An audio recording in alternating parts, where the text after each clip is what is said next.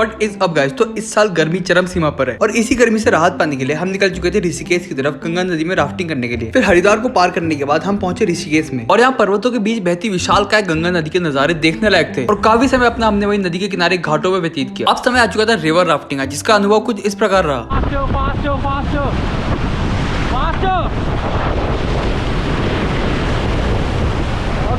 Stop.